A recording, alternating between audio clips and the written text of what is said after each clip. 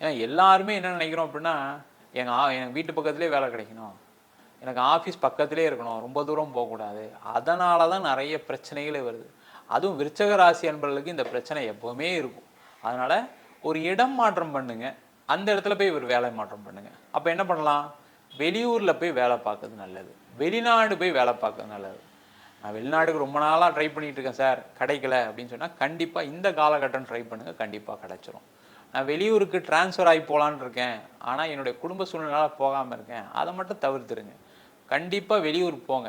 அந்த ட்ரான்ஸ்ஃபர் உங்களுக்கு பெரிய லெவலில் ஒரு நல்ல விஷயத்த கண்டிப்பாக கொடுக்கும். நிறைய விருச்சக ராசி என்ன நினைப்பீங்கன்னா, செலவு கம்மியாக பண்ணணும். அந்த செலவு கம்மியாக பண்ணணும் போதே வெளியூருக்கு போகிறதுக்கு நிறைய பேர் யோசித்து தான் போகாமல் இருக்கீங்க. அதை பற்றி கவலைப்படாதீங்க. வெளியூருக்கு போய் வேலை பண்ணுங்கள். கண்டிப்பாக உங்களுக்கு பெரிய நிலையில் வரக்கூடிய ஒரு அமைப்பு இந்த குரு பகவானுடைய வக்கரகதி காலகட்டத்தில் கண்டிப்பாக இருக்குது.